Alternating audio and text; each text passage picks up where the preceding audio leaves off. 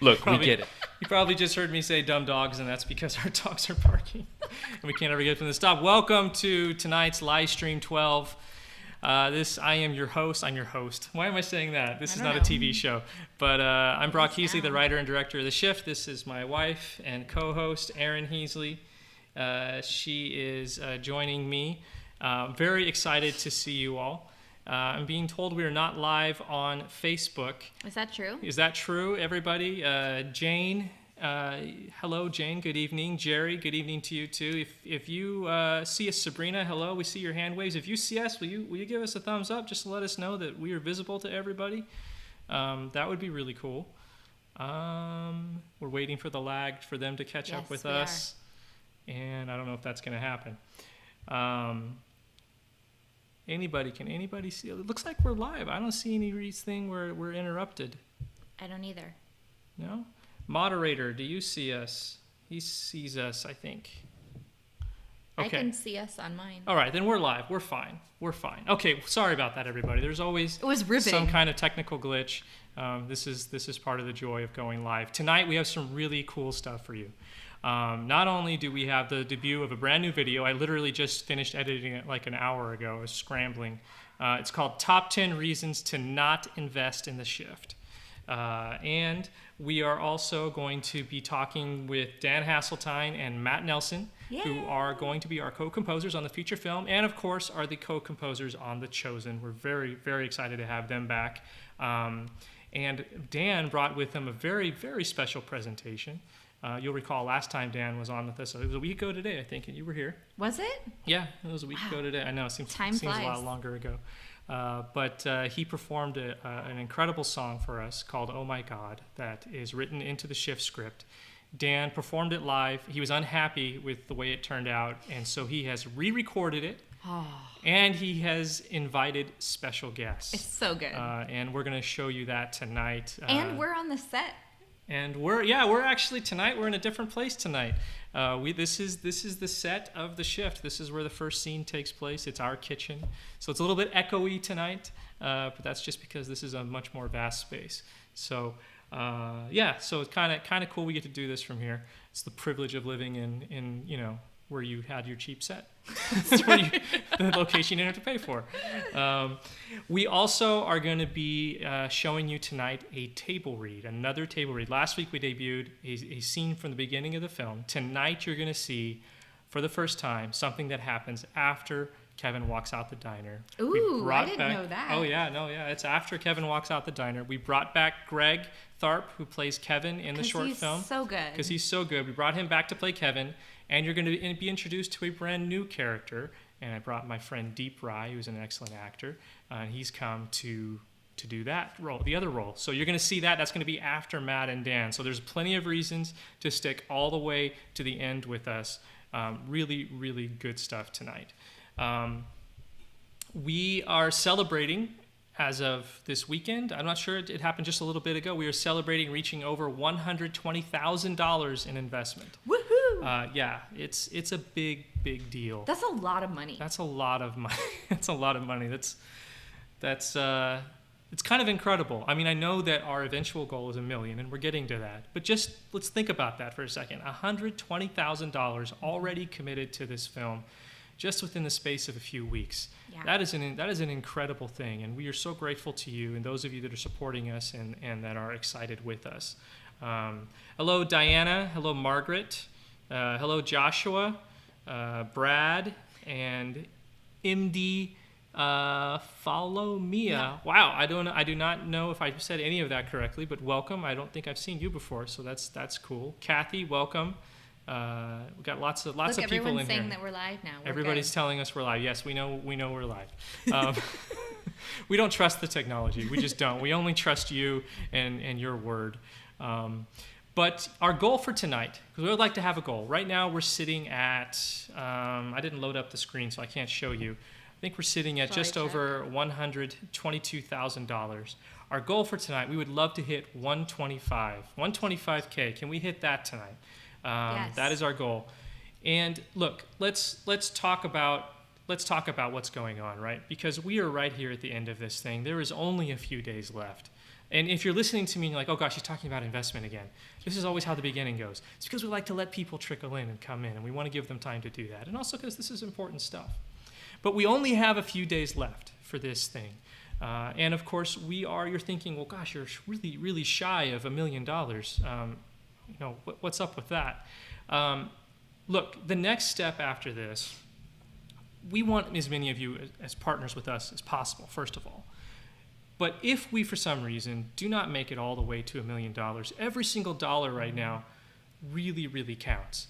And the reason for that is because we're going to be pursuing equity investment once this is over on Wednesday. And equity investment, the way that works, we're talking about people who are used to investing hundreds of thousands, if not millions of dollars into different ventures, including movies. Now, we don't need millions of dollars, but we do need a chunk of change. And you're thinking, well, crud, my $100 isn't really going to make a difference, especially since they're, likely, possibly not going to hit $1 million. This may be your thought process. And I don't want people to think that way. And I want to tell you why that's incorrect. Is because, number one, equity investors are interested in this project because of your response. Absolutely. Okay? The fact that we've raised nearly $125,000 in less than 2 months, with over 300 supporters, that says something. That gets us, we're already, I'll be honest with you, I'll be totally transparent, we're already talking to some equity investors. And they are impressed by the fact that we've raised as much as we have. And the more that we raise between now and Wednesday, number one, you actually are going to become partners. You'll be first money in. They'll be second money. You'll be first money. And number two, it's going to mean something to them. And it's going to make it that much easier for us to get the rest of the money that we need to make the film. So your investment is super important. And in a lot of ways could not be more important than right now. Even if we don't hit the $1 million, every dollar makes a huge difference. Which, speaking of dollars, we're at $122,033. $33. That's incredible. To my people, doing $33, it makes me happy. Yeah, I don't know how we get these odd numbers. I don't know, but I love them. But we're happy for every dollar we get, so odd numbers are so fine. exciting to me when it's like, and 15 cents. Yes. I'm so glad it drives our moderator nuts. Just so you know, it drives Orlando nuts. He can't handle it. I'm sorry, dear moderator, but I think it's awesome. If I were to invest, it would be like a random number like that. If any of my friends are currently, I have a group of friends and we play games together. If you guys happen to be listening, and if you want to hold your conversation on Facebook till after our live stream, I would very much appreciate it because right now you keep popping up in my window. Anyway, the other reason that it's really important to invest now and why your dollar matters is because, look, we would prefer to fund our entire project with supporters like you. So true. We would much rather work with you than equity investors. Please don't tell the equity investors that. Well, because if we were to hit the $1 million, then on Thursday, October 1st, we could start on a movie. Oh my gosh, yeah. I would literally stop everything else I'm doing. Yeah. And I would just put all my energies into making the movie. So the more that comes from you all, the faster it goes too. Absolutely. So every single person, every single new investor we get just adds that much credibility to what we're doing. I mean, think about it. If we were able to go to an investor and say, we've got 1,000 Christians that are on our side that have put money into this thing, that want this film to happen. That want a Kevin will have a coffee t-shirt. That's a powerful statement to make. And so we would love to be able to make it. And then, of course, that's really it. That's really what it comes down to. I don't have it, of course. That's it. I mean, it's really simple. Every dollar that's in right now helps us if and when we go out to equity investors and with the ones that we're already talking to. So we hope you'll join us. We feel like we are telling powerful stories of faith, and it's important to do that. And if there were a way to do it without money, we absolutely would. Oh, that'd be dreamy. That would be the dream, but that's not quite how it works. My friends aren't listening to me. They're continuing to message. This is just going to be a thing all night. Fun for me. So you can learn more about the investment. Number one, by texting us in the chat right now. You can ask questions, and our moderator and anybody who's there, including us live here, will answer whatever questions we have. We welcome your questions. You can also go to studios.vidangel.com/theshift. That is where our investment site is. It only takes a few minutes to invest. If you're having any trouble with the investment, if you have any questions, if you're like, oh my gosh, you're asking for my social security number? Yes, we need that. Unfortunately, we don't want it, but the bank needs it in order to, SEC regulations and all that. But we can explain that further to you if you have any questions about that. All you got to do is hit the help button or, message us privately on our page and we'll tell you whatever we can and direct you to the right people. We want to be as helpful as we can. But look, there are some people who are on the fence or who don't want to invest. And there are legitimate reasons to not invest in the shift. 10 of them. 10 of them. And I want to share those 10 reasons with you right now. Okay, here we go. Top 10 reasons to not invest in the shift. No one has seen this video. I haven't seen this. Aaron hasn't seen this.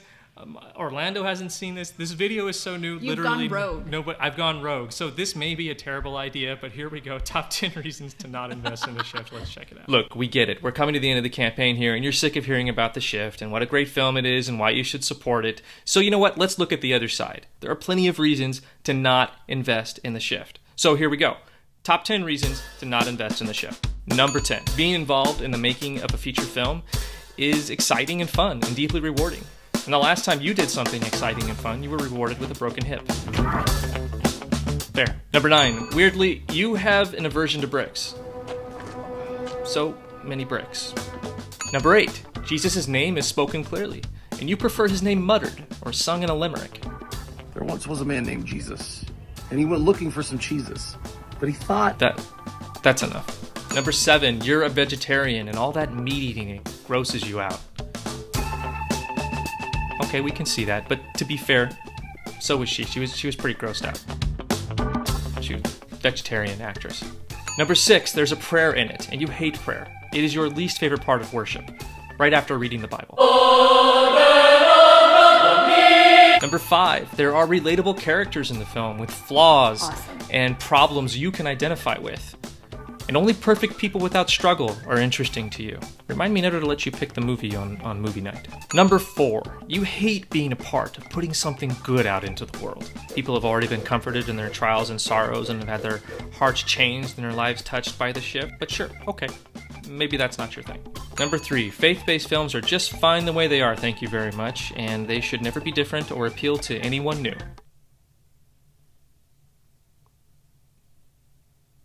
Number 2, you hate money.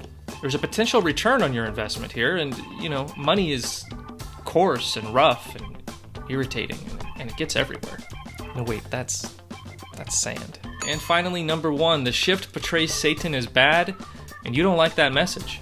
What, did he buy you lunch or something once? What? Just have a coffee, please. Are you sure it's my treat? Coffee's fine. Kevin will have a coffee.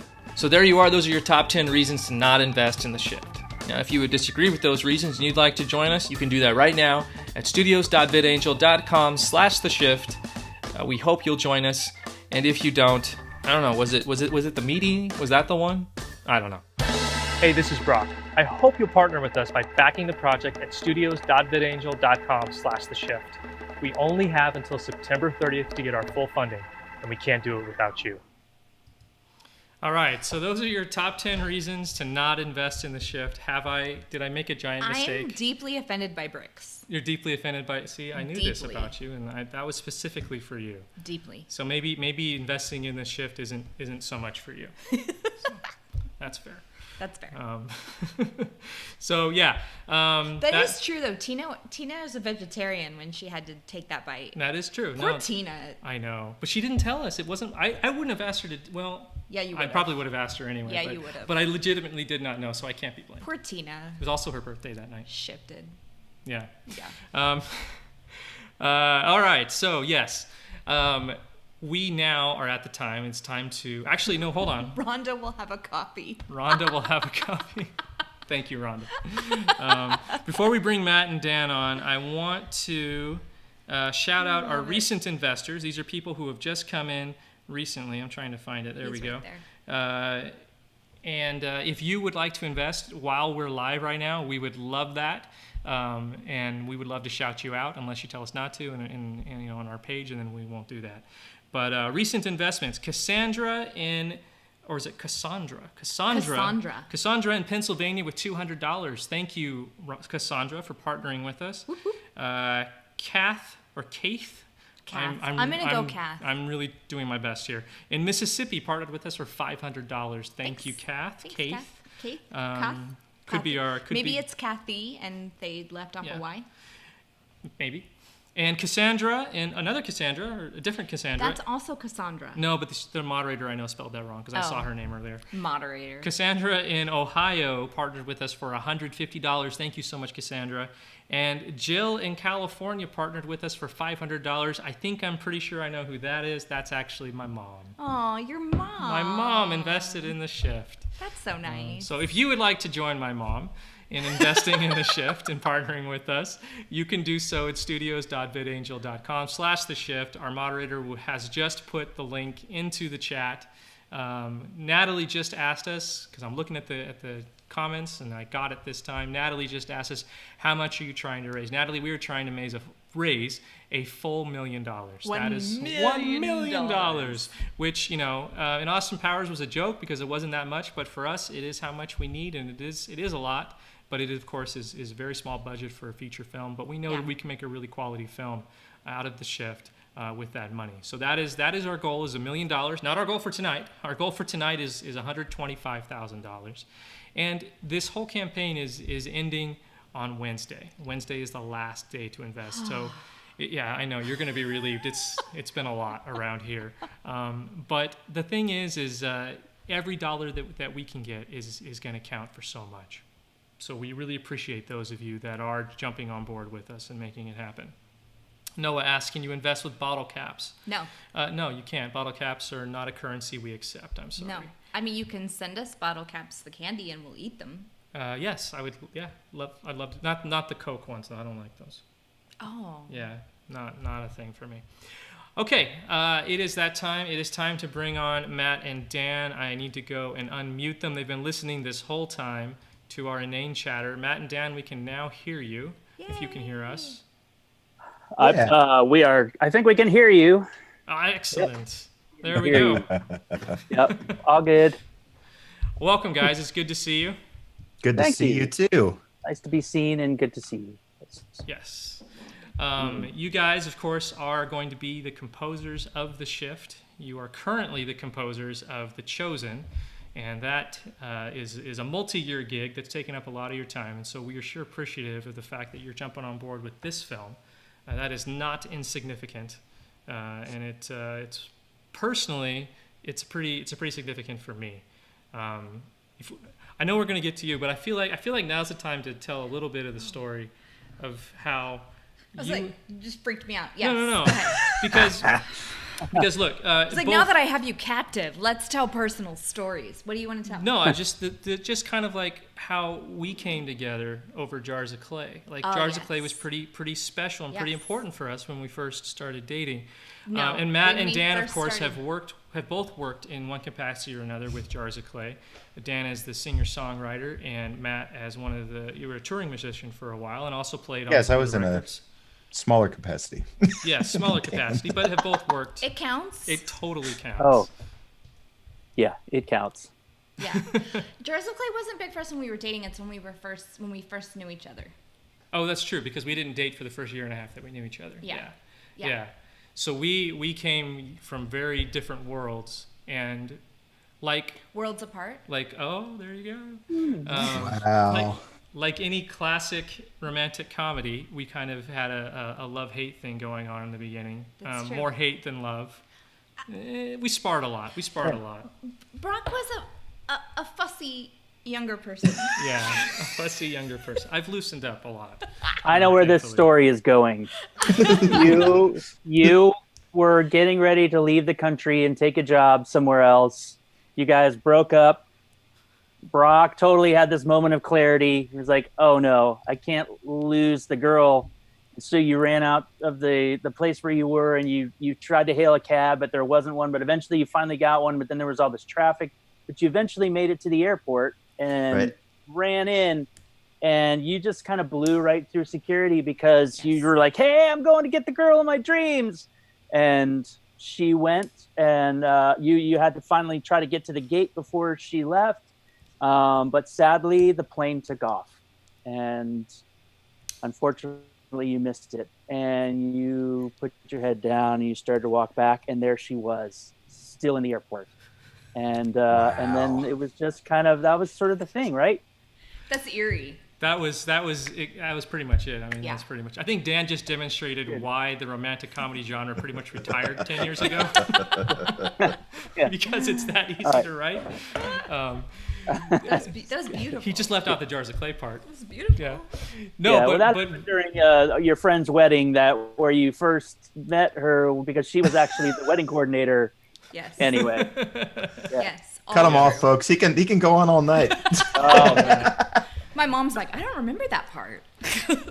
But no, we had our differences, we'll say, and sure, that's a nice way of saying it. And then we both found out that we both loved Jars of Clay, and that was like the first thing that was like, oh, this is something that we have in common. That's true. And then we kind of just built from there. Yes, it's not that we like hated one another. It's just Brock really enjoys a good debate. Why is it all me? No, it was all you. It's like a two-way street. No, it was all you. Brock really digs a good debate. Like if you can like spar with him, like he'll do it all day just for fun. I'm not like that anymore. And so our early friendship was a lot of like you like needlessly picking arguments for the sake of doing it because I would engage. Yeah. And so we debated quite a few things, but Jars of Clay was always the like bedrock of we will agree. Yes, we could at least listen to the same music in the car together. Yes. So that was important. That was before all the airport stuff that Dan talked about. Yeah, well, you know. All right. Well, we just totally sidebarred there, but you guys have been working in music for a while now, and now you're working in film, and it's a few other musicians have done that, like Trent Reznor with 9 Inch Nails. Yeah. He's done some amazing work in the film scoring world. I don't even know if he's really doing 9 Inch Nails anymore. He just seems totally focused on film scoring. How did you guys get there? Like, what kind of transition was that for you? Why make that transition? What's your passion there? Wow, Dan jumped into dipped his toes into the film scoring pool a long time before I did. So you should probably answer first, Dan. Seniority. Well, I think, for me, it was growing up being a huge movie fan, at first. Film music is, I'm from the Star Wars generation. I saw and listened to John Williams' score to Star Wars and E.T. and all of these great, amazing films, Indiana Jones, like all of these musical moments that paired film and these massive stories being told. It got to me. In fact, I was aware that, like, you mentioned the name Cassandra quite a few times tonight, and it's sort of funny, but the very first date I went on, I think I was 12 years old, 11 or 12 years old, maybe 13, and I got dropped off at a movie theater, and we watched. We went in. It was a double date. The girl that I was with was a girl named Cassandra. And it was a terrible date for her because we went and we watched Indiana Jones and the Temple of Doom. The other couple that we were with went into the theater and proceeded to make out for the film and didn't watch it, but my eyes were glued on that screen. I didn't even acknowledge that this person was sitting next to me. I was so engrossed. And I've always been that way with film. And so, being able to do music for film has always been a dream of mine. I was a keyboard player growing up. Most of my time, while a lot of kids were in their bedrooms playing guitar and learning how to play guitar, I was buying synthesizers and keyboards and sequencing instrumental music when I was little. And that was just the thing that I loved. And so being able to now, do Jars was amazing, and Jars always had this kind of cinematic quality to it.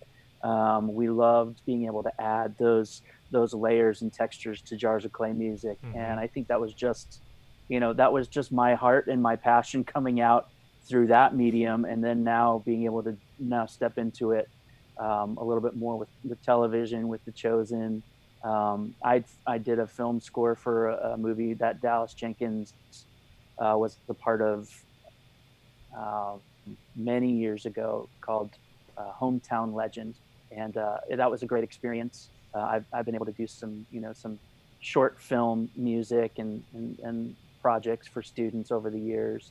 So it's just been part of my, just one of my musical outlets. But it is probably the one that I'm always most amazed at the power of music when you connect it to film and you try to find a way to make it enhance an emotion or play against an emotion. Like the power that's in music in film is a pretty it's not a power that you should take lightly, because it really has potential to derail a good story.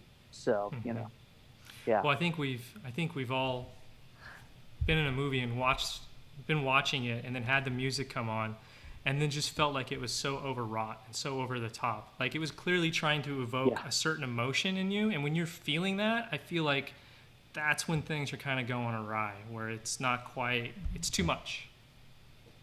Yes. Yeah, certainly. And that's true. Like if you actually hear the music in a film and you're not meant to, then it's probably doing the wrong thing. There are certainly moments when the music is a character, and you have to let it be there. There's a massive drum beat or something. So, yeah. Like I watched 80,000 takes of The Shift, and it wasn't really until the music was right that it felt right. I don't mean to say that music shouldn't evoke emotion, but that if it's trying to push it too hard, artificially, like maybe it's not there on the screen, so they're trying to make up for it, in the score, and if it gets really saccharine, or if it's just really over the top. I know, for example, just with the existing score in the short film, the first version of that last song as he's walking out the door, the first version, and this was part of the process, was just a lot. It was layer upon layer of instrumentation, and we ended up stripping it back to like 4 or 5 elements to get to where it is now. And now it feels exactly as powerful as it should be. But I do have a problem sometimes when scores, they just layer too much, and it's overwhelming. Like when you were running to the airport to find me, and the music was swelling too much. That score was crazy. Right. It was too yes. intense. Yes. Yep. It's true. Yeah. Yeah, I remember that part. Dan was in the corner with a keyboard. That had some pizzicato strings going. Yes. Right. Yep. And then I would wait for someone to swoopy thing that happened when you jumped the yeah. But Matt, enough about me. But also you've I want to hear a little bit your story about kind of just your passion for film and. Oh man, that music. I think that it probably film music for me is the first music that I have any memory of ever hearing. My dad had a copy of my parents were music teachers and public school music teachers and brass players.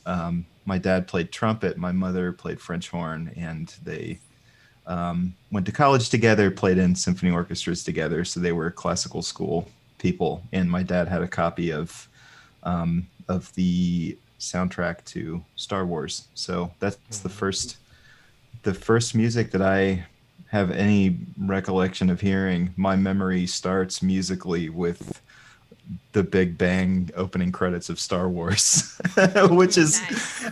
There could be worse memories for a first musical memory, but that was it. And my brother and I danced around the living room as kids to the Cantina Band thing. And so I think that music and that music in particular, and generally speaking, that language of writing, John Williams' sort of neo-romantic style, that sort of really kind of brought, as I understand the history of it, really John Williams is the person who reintroduced Hollywood movies to the sort of classic Hollywood sound of a big orchestra and that kind of language. So I think that is a part of my DNA and always will be. So I went on to study cello later on, and then I worked at a church as a worship leader for a handful of years, and before I moved to Nashville. And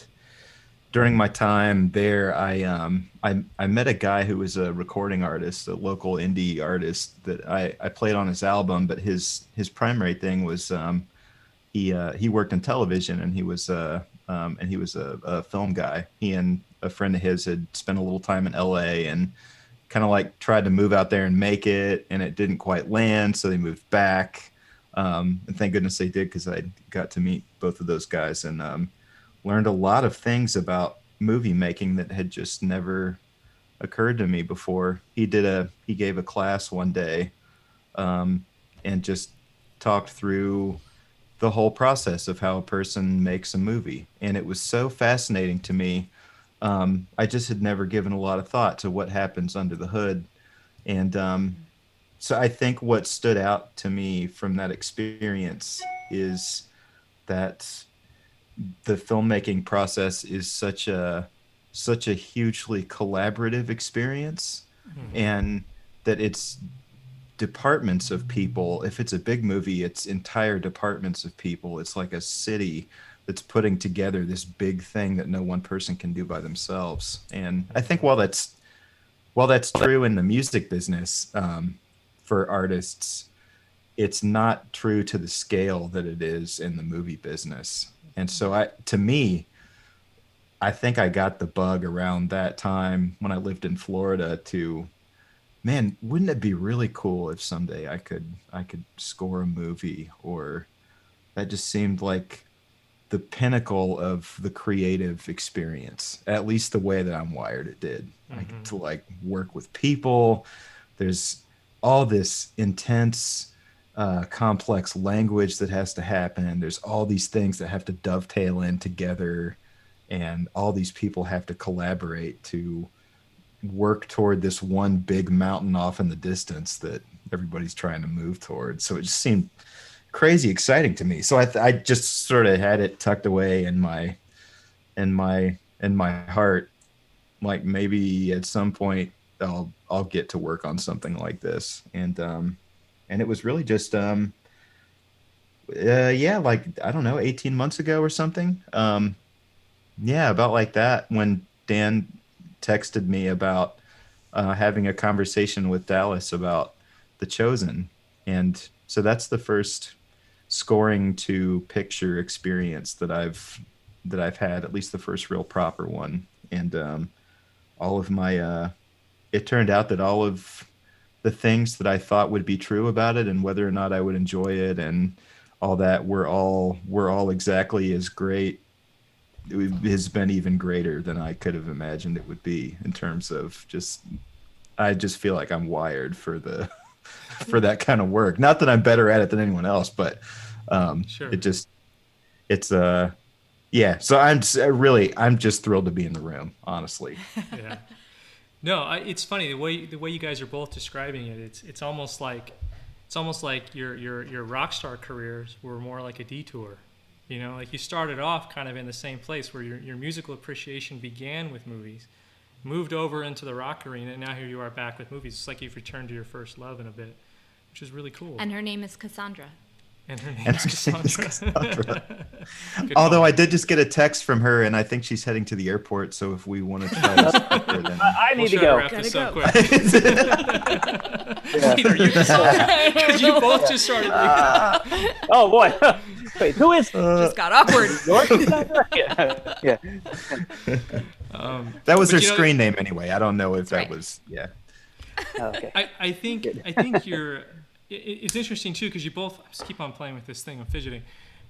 You both hit on this idea of how making a movie is so different from the other types of art that you create, and that's something that I think about a lot. I create in 3 different arenas: books, comics, and movies, and they're all very, very different from each other.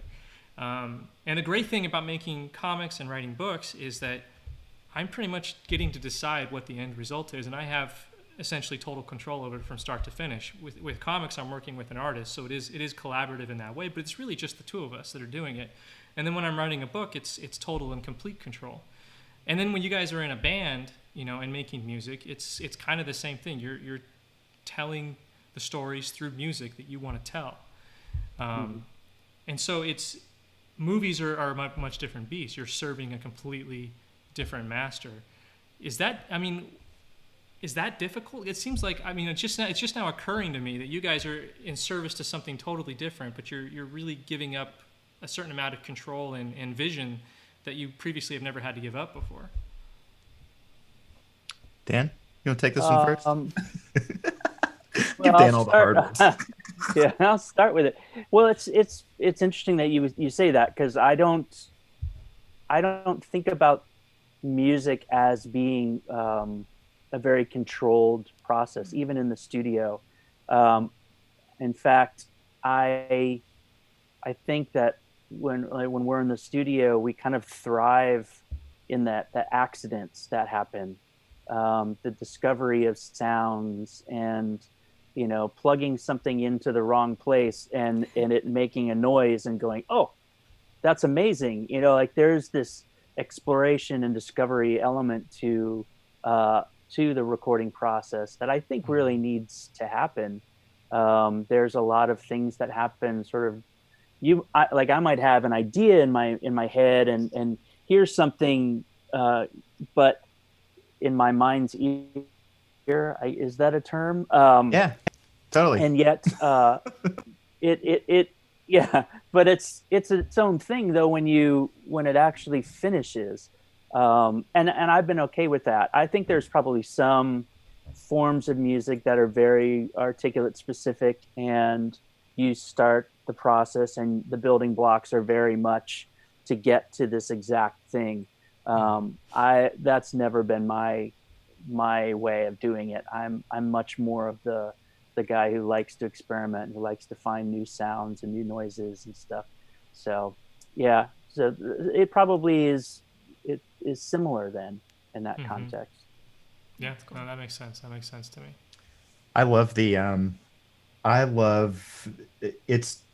I think the processes are, I think there's a lot related between, any art, any musical art. I think there's obviously common DNA, but adding it to, if I can make a little analogy, we don't like those. No, please don't.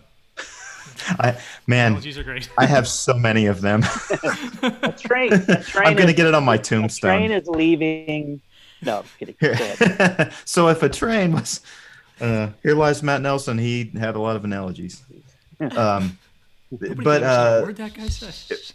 Exactly. Let the man analogize. If there was a he's in good company in that case, because that's what they said about Jesus. I'm sorry. Songwriting. Hey, I'm all right. I'm cool with that. With songwriting, there's like pure poetry.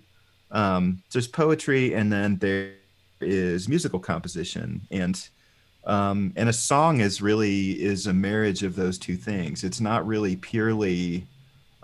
It's not purely poetry. Song lyrics are not purely poetry. I think some of them can function that way, but they're not necessarily intended to. It's a marriage of those things. And so I look at film music as being just another layer of complexity of a marriage like that, where it could be good music by itself, but just because it's good music doesn't mean it's going to necessarily be a good film score and accomplish the things that it needs to do. So it has to be wedded to the picture, and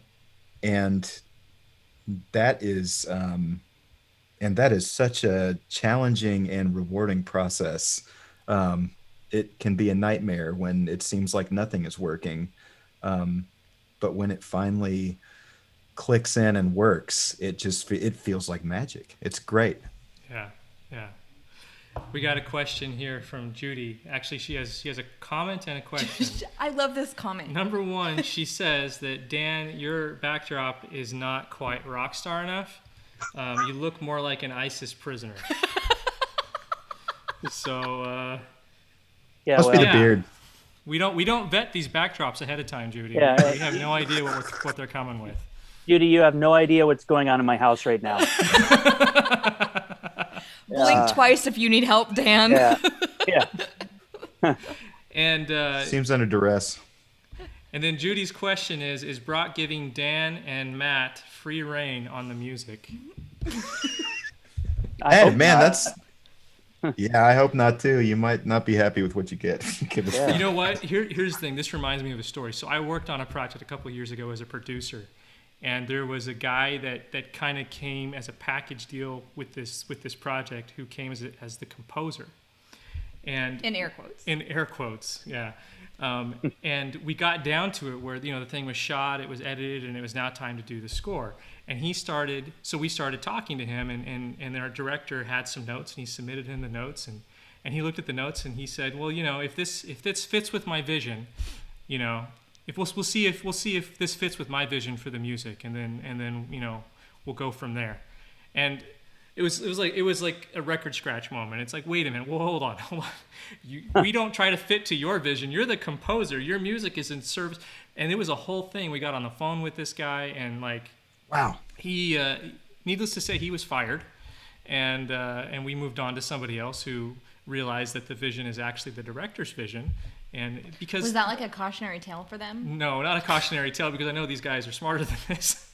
Because you're serving the movie. You're serving the movie. You're not serving yourself.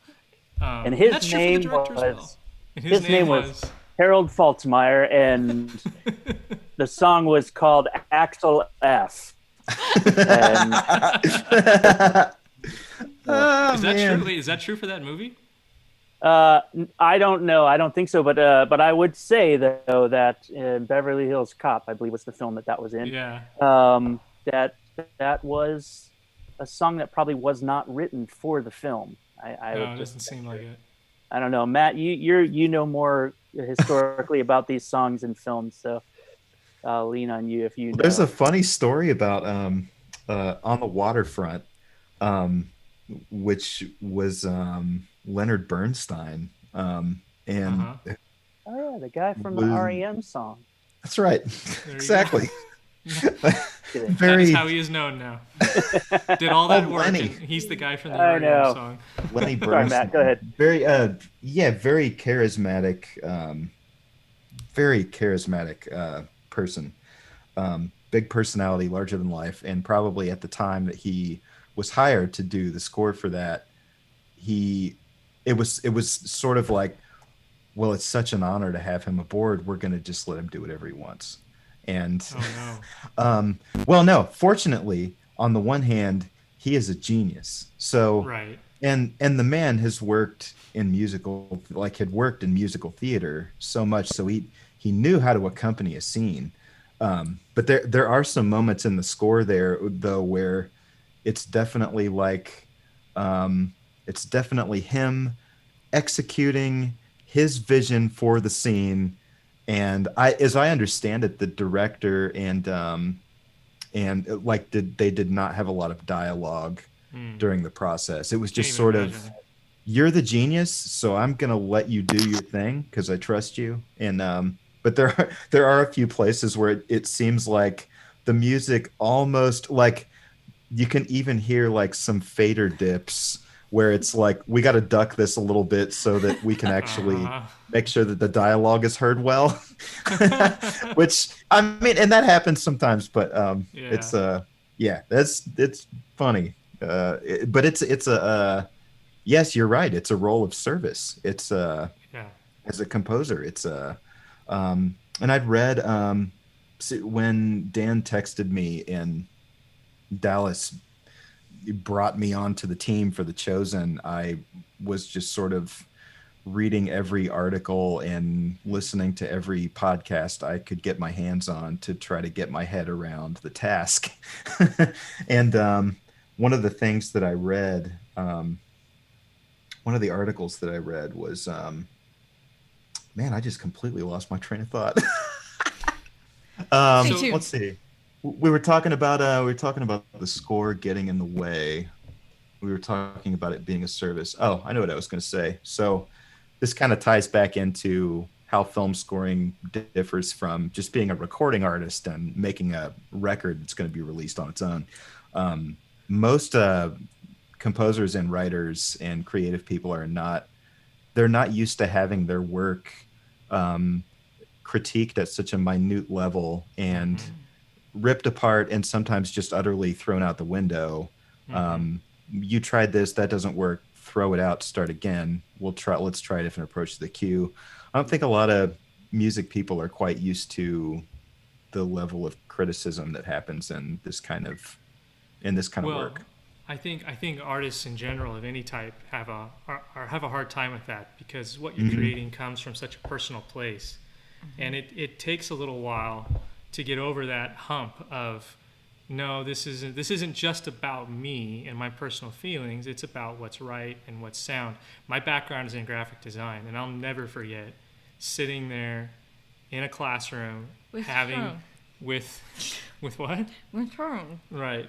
There was a teacher I just hated, because every time we turned anything in, he'd put all of our work up on the wall, and he would just go through and just rip it all apart. Not literally, I mean, and it literally, he would say things like, oh, I look at this makes me want to die. This makes me want to dig my own grave, crawl inside, and just die, so I don't have to look at this anymore, because this is just awful. I mean, it was stuff like that, and it was just really, really harsh. Wow. And I hated the guy.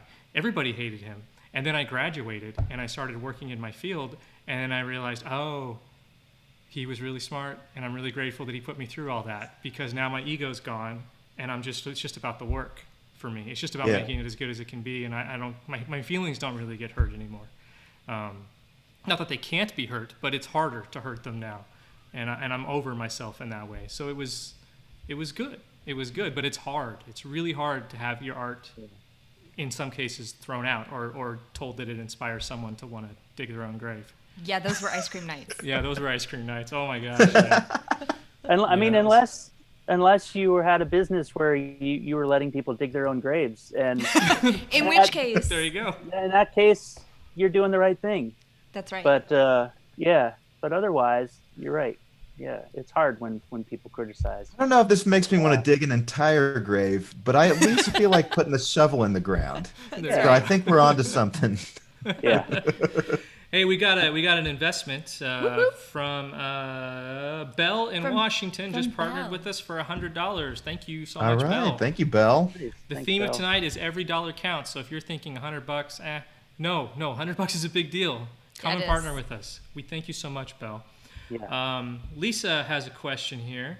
She says, is it hard to write the scenes for Satan's music? It seems like this would be a deep plunge into some uncomfortable feelings, putting him to music. Now, of course, Dan and Matt have not done any writing for this film yet. I'm sure they're already thinking about that.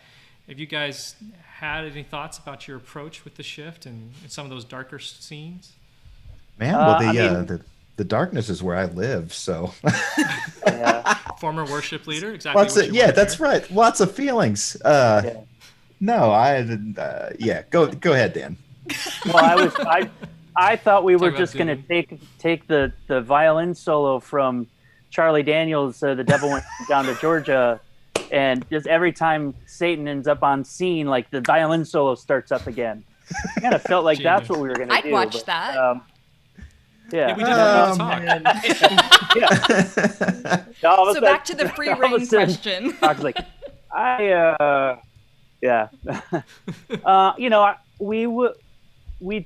we care a lot about it. It's stuff that people won't hear in the music, but there's an intentionality to creating the noises and the sounds that represent characters, and that actually helps us, I think, when we're composing, is to find some of that, the elements that are tied to something more. Like when I think about Satan, I think about a guy who's a liar, and so something you wouldn't necessarily hear, but maybe what we would end up doing is picking a sound that's an artificial version of a real thing, that gives off a little bit more of an artificial tone to it, that isn't quite the authentic noise of something. And that would just sort of be Matt's and my own kind of way of giving character to the sound and attaching it to like the devil that way. We would think about characteristics of the devil and try to draw it out, and that just gives us a set of rules to follow with those noises for that character and those pieces of music. Yeah. It's very philosophical, and it's not something people would necessarily go, oh, that's Satan's music because it's artificial, or no one would make that connection except for us probably. But it's just part of that process. So I think it makes its way into the unconscious of the language of the movie, which I think is for me is sort of the job of the music in any movie, is to bring forward the unconscious of the movie. And sometimes those places are pretty dark, and sometimes directors themselves are not even aware of some of the depth and implications of, because in a lot of cases it's coming straight out of the director's subconscious mind.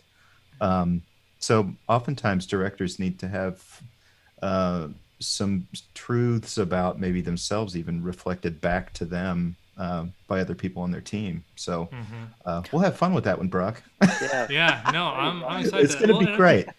And Dan, you guys touched on this idea of rules, setting up rules for yourself. And we talked about this in our first conversations together. The worst thing in art is to have a blank page. And so you want to set up, and I think approaching it from a philosophical angle, I think is really interesting with music, not something people are necessarily going to pick up on, but it gives you kind of that North Star for what you're doing, or at least that foundational place from which you can start and start building something. And I just think that's really interesting. And of course, it's really fun for anybody who does pick up on it, you know? If you're only hearing organic instruments, except when Satan is on screen and you're hearing these artificial things. For the kid who's somebody's going to figure that out, Yeah. And they're going to feel like the smartest person on earth when they do. For the kid who's on a date with Cassandra, he'll catch it. There you go. Yeah. There you go. John says that Satan should be an ominous kazoo. Ominous kazoo. Yes, we have approached the kazoo idea. Yeah. We had this conversation last time, I think. I would argue that all kazoo is ominous. Is ominous. It's true. That's true. This makes me so happy. Okay, so our moderator he has a special update for us here. The special update is that an investment of, let's get it so you can see everybody. This would make me so happy. An investment of $1,323 would bring our scoreboard total to $123,456. Yes, that's right. 1, 2, 3, 4, 5, 6. If somebody came in right now with an investment of $1,323. No, finish it though. Oh, I don't know if I really want to finish I that. do. He says, if this happens, the moderator will make, in all caps, Brock sing a jingle about the investment website, which is studio.vidangel.com. Studios. See, you're already there. Oh, wow. /the shift. So not only will we have the greatest number ever, Brock will sing. I make no guarantee. Well, okay, fine. I'm a if fan that of this investment idea. actually comes in, I will do it. It's the greatest ever. I did get some jingle submissions. I just didn't have enough time to actually incorporate them into our live stream tonight. So if that comes through, I will do a jingle. That will be our jingle. If it doesn't, then I'll debut the winning jingle tomorrow night. That have from our I'm not above submissions. begging. That would bring me so much joy. I got a question here that I genuinely do not understand, and I'm hoping that you guys do. So, Cool. because it's for you. So I'm just going to say it as written, and then you're going to have to tell me if you know what this means. Yes. This is from Rhoda, who is a musician, so perhaps that's why I don't understand this. Okay. She says, what is your favorite DAW use while composing? Do you have one? Ah, what DAW yes. is. That's stands for Digital Audio Workstation. Ooh. There you go. Yeah. Techie. You heard it here first, Techie kids. questions. Yeah. Techie question. There you go. So yeah, hit it. Yes. I don't know. Matt and I both work in different mediums right now. I think currently, I think Pro Tools is kind of the industry standard. That's what a lot of folks use. So the language, everybody kind of understands it. I work in Logic, and that's just because, for what I do here and creating demos and doing some of that work. I enjoy working in Logic, so it works in electronic music well. So yeah.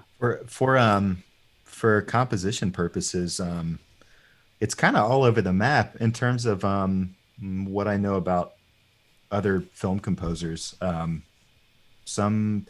lot of people like to use Logic to compose. Some people compose in various other. There's a handful of other notation programs that sort of interface with audio. But I'm Pro Tools primarily for me. It all sort of winds up in Pro Tools eventually, because I think nearly everything in post is done with Pro Tools. So yeah. Mm-hmm. I have nothing to add to that. Well done, Rhoda. Yeah, good. I'm sure there were at least a few people out there who appreciated that question. I'm sure. Well, I just nodded and Matt and I are planning on recording this entire soundtrack on a Fostex 4-track, though, if you know what that is. Nope. Sure. Sounds old. I was gonna say a series of Edison cylinders that we have to figure out how to synchronize. We're gonna write it for 4 turntables, and yes, everybody has to drop the needle at the same time. Didn't the Flaming Lips do that? They did a whole album. Yes. I was literally thinking about that. Yes. Yes. Yep. See, I knew that reference. I'm not completely ignorant. Good. There you go. Yes. So okay. So I had a thing here. Oh, I remember what it was. You talked about bringing Matt on with The Chosen, but that you had scored for Dallas before. So I'm wondering, like, what precipitated that? Like, why bring Matt into this? Why'd you want Matt? Why was he the one? It's a really great question. Mostly the handsomely good looks. Oh.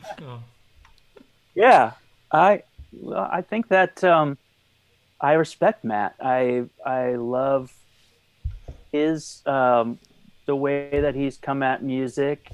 When we were out on the road, a lot of what we both had a deep love for progressive music, and there was always this sort of thread of great sort of 80s pop music as well that was just magically woven into songs when we performed them live, and things would happen. It was always really just I understood his musical background, and I knew that The Chosen wasn't something that I wanted to do all on my own. It was a big undertaking, and I don't have as much of a back instruments that I knew we were going to be using for that score. So, and I knew Matt did, and could kind of help really. Yeah, Matt's mom made the best snacks. Too. Who's the best camera guy? Well, who has the best camera? Which kid has a real drum set? Yeah. So so a lot of it was really that I respected Matt. He's a great. So much of making music is, can you get along with the people you're making music with? And Matt is just heart of gold. So I wouldn't say that right in front of him. I wouldn't want him to get a big head or anything, but I do think he's got a heart of gold. But when you're being held hostage in his basement, you're good. Exactly. ISIS is in your hand. Yeah, I hope I can get out of here soon. Dan is actually in one of these closets right back here. You can't. He's so I did give him a laptop in there, so he's good. But question from Tara. Speaking about your working process, do you guys typically work remotely or do you guys work together? I mean, a pandemic accepting, or maybe there's two different answers depending on how sick you are. The state of the world. Yeah, I mean, we remotely work, I guess. That wasn't the answer. That wasn't what the question was. Right. We usually work together in the same room. There are times sometimes because we mostly, at least for The Chosen, have worked on my rig. Yeah. So I sometimes, if I'm getting an idea out in the morning before Dan comes over, Sometimes I take a look at what we need to get done for the day and maybe try to give us a little bit of a starting place, so that when Dan gets here, we can start piecing things together. So we're not just starting totally from scratch. But then there are other things that I have no idea how to even start. And sometimes for a lot of probably some of the most successful cues in The Chosen were, I didn't really have any idea where to start, and Dan had some really crazy idea that I would have never thought of, and we chased it, and it wound up being great. Yes, but most of the time, I think we worked completely collaboratively. It wasn't really like a division of. Some co-composers do sort of divide up. You take XYZ, I'm going to take these guys, and we'll come back together. But we've sort of just, WWF tag team style. Mm-hmm. Yeah, cool. And I think it's good that way. It feels a little bit like when you're, like if you're on vacation, nobody loves to go on vacation by themselves, because it's like you go and see something and you don't get to experience it with anybody else. There's something about the ability to make music for film with somebody else that just it helps you get to the good stuff, and you realize when you've achieved it. So that's one of the things I think Matt and I can do well together is, and we trust each other in the process too, to keep hunting for things if we need to. That, like Matt described, that process of, all right, we just created a whole piece of music that doesn't work. Let's start over and doing it again. Like the ability to do that is, sometimes it takes two people in a room, one to pull the other guy off the wall and or off the ledge, and and it just is that process. Sometimes it can be so frustrating and difficult, and I think we get to do that push and pull. So you guys have been doing that push and pull a lot with The Chosen, and we have a question here about thank you, taking away my fidget toy. We have a question here about whether or not, how are you going to make time for The Chosen and The Shift? I know we've talked about that before, and basically The Chosen is the priority. The Shift doesn't have as strong of a schedule, at least at this time. So it's kind of going to be done in between seasons is kind of the current plan. But, The Chosen is a huge project. You guys have done one season out of an eventual, I believe they're talking about 7 at this point. So This is something that's going to take place over several years, obviously time consuming. So the question is why jump onto The Shift then? What is it about The Shift that you guys are excited about and that brought you to it? Just why The Shift? I'm excited about working on something that's completely different from The Chosen. And I've never worked on a sci-fi movie before. And Dan and I think both can be musical chameleons and just have a real genuine appreciation for so many different kinds of movies and so many different kinds of music and sounds. And there's a whole library of sounds that we love and would love to write with that is never going to happen in The Chosen. For example, the kazoo. But right. No, that's your new challenge. I need the kazoo in The Chosen. Oh, girl, you don't even know. Man. We're gonna. Wait. I feel like, Maybe our jingle should be done with a kazoo. Yes.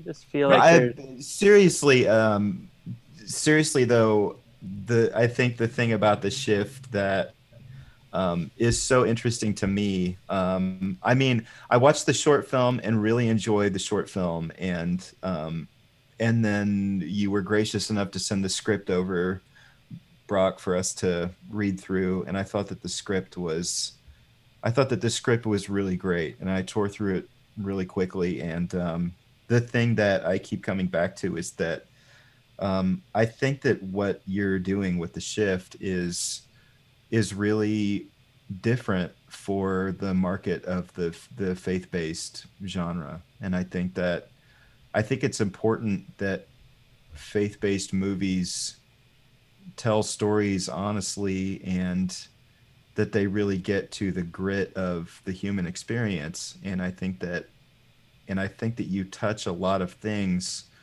in the shift, in the feature script is what I'm talking about, that right. That will push the boundaries of the genre outward in a really good way, while still giving the core audience of faith-based movies the heart of the message that people all look for in faith-based films. So that's there, but it's just done in a way that is so imaginative and so outside the box of what has been done before. And I think so for that reason, I think it's an important movie for the genre, and that's the maybe deeper, more serious answer to what attracted me to the movie. For sure. Okay, I'm done now. I appreciate that. I appreciate that that's your perspective on it. Yep. I interrupted Dan. Yeah. Sorry. No, you didn't. I love that. That's great. Yeah, that you kind of you hit it, Matt. That a lot of it is being able to work with noises and sounds and tones that we would never get to use in The Chosen. Although I think the reason we'll be able to do both at the same time is because the plan is actually just to take the music from The Chosen and flip it upside down and play it backwards. Just shift it? Yeah. You're going to shift it? And we're going to shift it. So we're really only writing one piece of music, and we're just going to loop it over and over again. So we'll be fine. We've actually got contracted. Invest now. Contracted for Get The Chosen sloppy seconds now. That's right. Yes. It's going to be filled with our collaborator names. Yeah. It'll be filled with rejected Chosen cues. Yeah. Yes. No. I do really love the fact that we're going to get to work in this genre of storytelling that is kind of this dystopian quality. Like that's really where I think a composer can also push some boundaries. There's space. There is room for creating startling moments, and that's the kind of stuff where the storytelling in The Chosen is its own thing, and it's very good, and it's very human, and but there are things we will never get to do in that show. And I think it's going to be really fun to work on this film. So yeah.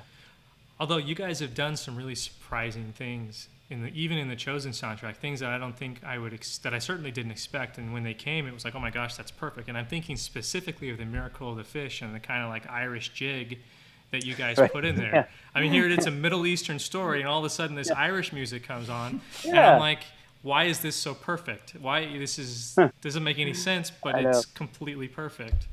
So I think you guys are going to keep inventing. That's what I see with The Chosen. But but no, I recognize that obviously, like, I can't imagine too many electronic sounds in The Chosen. Like that would be something that I have a hard. I mean, maybe you guys would find a way. I don't know, but it's hard for me to imagine with my unmusical brain. But on the other hand, with the shift, I can see us using all kinds of electronic sounds and doing all kinds of sorts of things. Oh yeah. Well, we snuck we try to sneak one in there every now and then on Dallas. Occasionally we slip one past him. I hope he's not watching. I'm kidding. He's probably so busy he's not watching. We're gonna need more cameras in those rooms when you guys are working on stuff. Well, the funny thing is about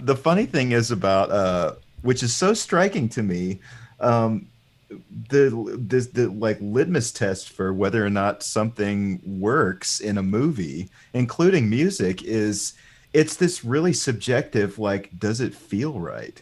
Right. And it's and I think people who can make those kinds of decisions understand that intuition, but it's from the outside looking in, it just seems like such a wishy-washy way of making a choice a creative choice, but there are some things in The Chosen that were like that just feel it's not a logical choice to follow a certain direction, but it's and then like on paper it might not work, but for some reason in context with the story it just feels right. So I'm looking forward to experimenting with some different sound textures for the shift and just kind of going into discovery mode about what is the I'm just chomping at the bit to find what the musical language of this movie is. I can't wait. No, I'm excited about that too. Unfortunately, we have to wait because we have a whole movie to shoot before we even get to that point. But still, I'm excited to explore that. I mean, and look, all three of us, we're already thinking. We've already had, little discussions here and there. I mean, the kazoo is at the top of the list, obviously. Right. Of course. And we're just going to build down from there. Yeah. So one of the things that we talked about a week ago is that, one of the musical inspirations for me for writing the feature film of the script was a Jars of Clay song called Oh My God, which is a song that I have loved since the moment I first heard it back in 2006, and that served as an inspiration for me not only as I was writing it. I mean, I had a whole soundtrack. I think I passed you guys the playlist, a whole soundtrack of songs where I had every single scene in the film. I put a song to it just to kind of get myself in the right headspace. And, Oh My God was basically the first song that was part of that soundtrack, and it became so important to me I actually wrote it into the script itself. With the idea that maybe someday I'll find a way to connect with the guys at Jars of Clay and I can maybe get that song in the movie, because once I wrote it into the script, I couldn't imagine any other way to do it. And while I do have a connection with Jars of Clay now, I do not have any guarantee that we're going to get that song in there, but that's certainly still the goal. I know a guy. Yeah. We know a guy, needless to say. But last week, Dan did us the great honor of performing Oh My God live for us. And it was such a beautiful performance that was so compromised by the technology and by Zoom. And Dan himself felt like he could have done better. And so he insisted on re-recording it. And that is what he did. And I want to share that with you guys right now. He invited some friends along this time, though. And needless to say, when I opened this email up today, I kind of freaked out. Aaron and I both had a moment where we stopped everything we were doing just to watch what you're about to see right now. This is what they call, this is check writing music. That's what they call it. In case you're wondering what this is all about, trying to get a film made. And therefore, this is check writing music. But yeah, as you're listening to this, just keep in mind that lyrically, I mean, the words, everything about this song is directly inspirational for me as far as the shift. This is a song that, fingers crossed, will actually be in the movie. Here we go.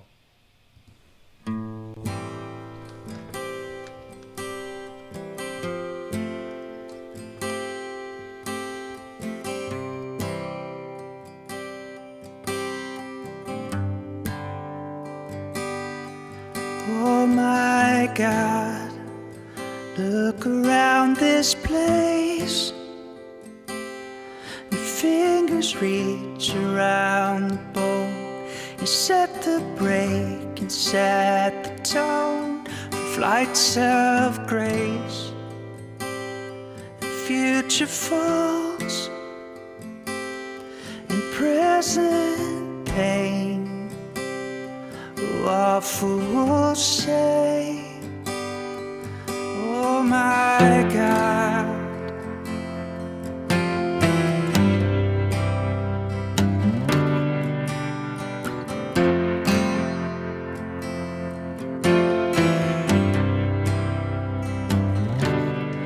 Oh my God, why are we so afraid?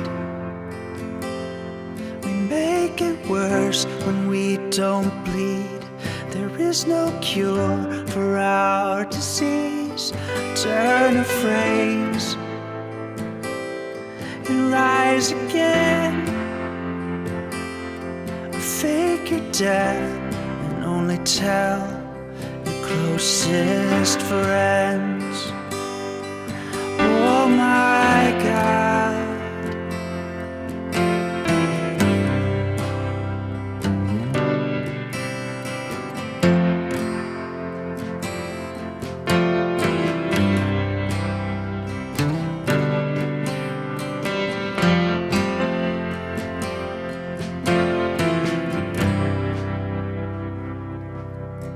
Oh my God, can I complain? You take away my firm belief and craft my soul upon your grief.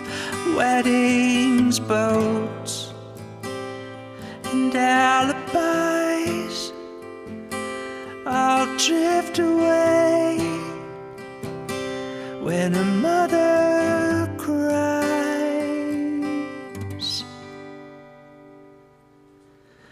Sometimes I cannot forgive. These days mercy cuts so deep. If the world was how it should be, maybe I could get some sleep. Lately I dream we're better. Scales were gone and faces light. When we wake we hate our brother. We still move to hurt each other. Sometimes I can close my eyes. All the fear that keeps me silent falls below my heavy breathing. What makes me so badly bent? We all have a chance to murder. We all feel the need for wonder.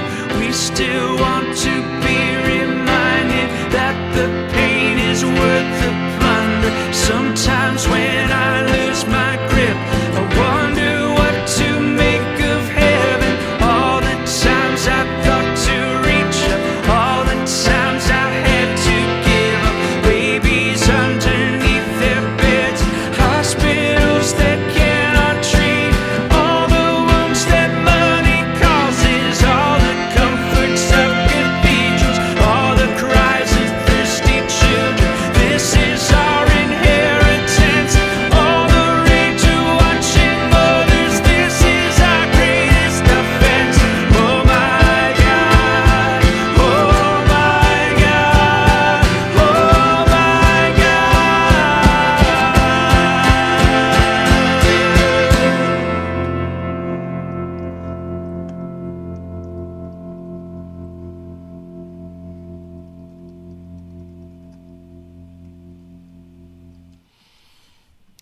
Man. It's very hard to say anything after that. It's just an incredible performance, and of course that was Dan joined by his bandmates. That was Jars of Clay performing a special rendition of Oh My God and doing us the great favor of letting us enjoy it and have it. So thank you, Dan, for putting that together. That is absolutely amazing. Well, you're welcome. My pleasure. Yeah, and we won't make you all hear that song over and over again at every time I'm on here, but No, we won't. I'm grateful to hear it. Every Actually, time. Nice to hear it, so, yeah, I mean, I wouldn't mind, but yeah. We could try some different stylistic covers of it. If you want to, maybe we try a Sesame Street or a Muppets version, maybe. I Yeah, like a funk version. happen. I think a funk version would be totally Funk appropriate and not version. at all weird. Yes. I don't know. You just wait. The end credits to the shift are going to be mind blowing. There's going to be this great. There's going to be a kazoo orchestra. Yes. And then there's going to be a alternate version of oh my God, in funk, the funk genre. But only if you invest now. Yes. Only if you invest now. That's right. Yes. If we can get to 125 tonight, we will throw in the funk If cover we can version get of to Oh My God 1, for free. 2, 3, 4, 5, 6. We did actually. 7. This isn't. It feels crass. It's not crass to talk about this after that song, because it's important and it helps us to make this movie. Tara in Indiana did an additional partnership with us for $100. Thank you so much, Tara. Thanks. We Yeah. really Thanks. appreciate that. Yeah. So that song is. I'm really interested to see how it fits in with everything else. If we get it, all of this is conditional upon actually getting it, because it does require the band to agree. But I'm very curious how it's incorporated and how it gets in there. How do you? I mean, would you guys have any early thoughts on that? Like, how do you incorporate something like that into a score?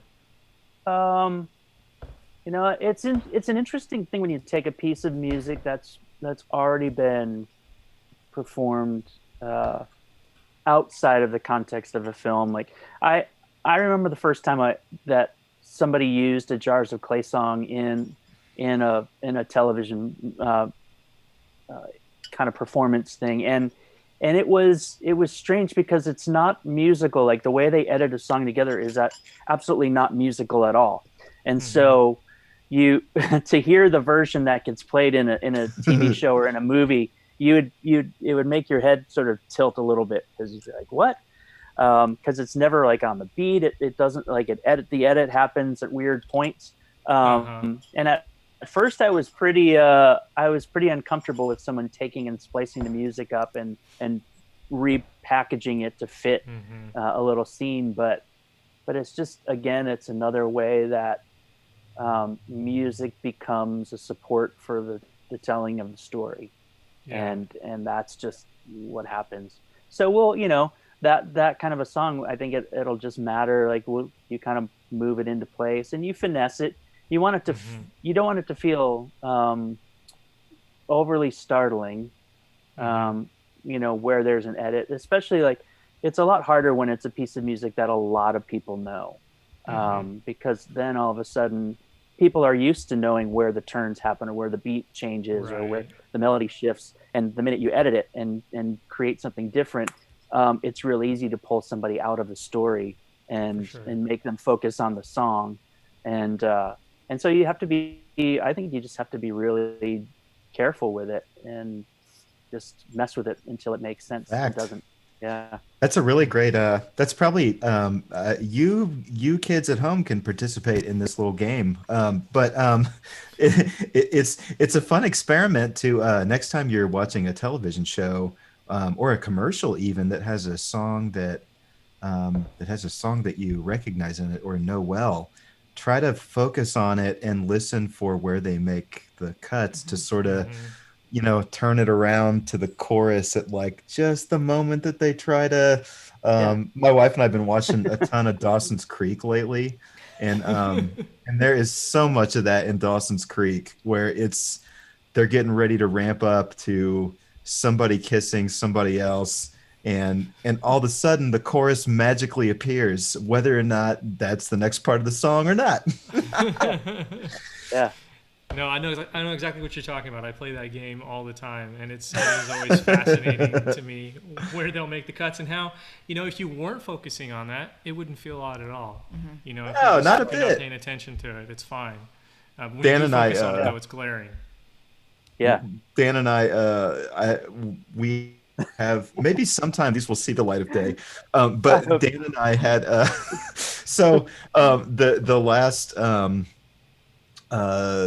the last scene of the first season of The Chosen, where there's the slow-mo shot of all the disciples walking, like this sort of like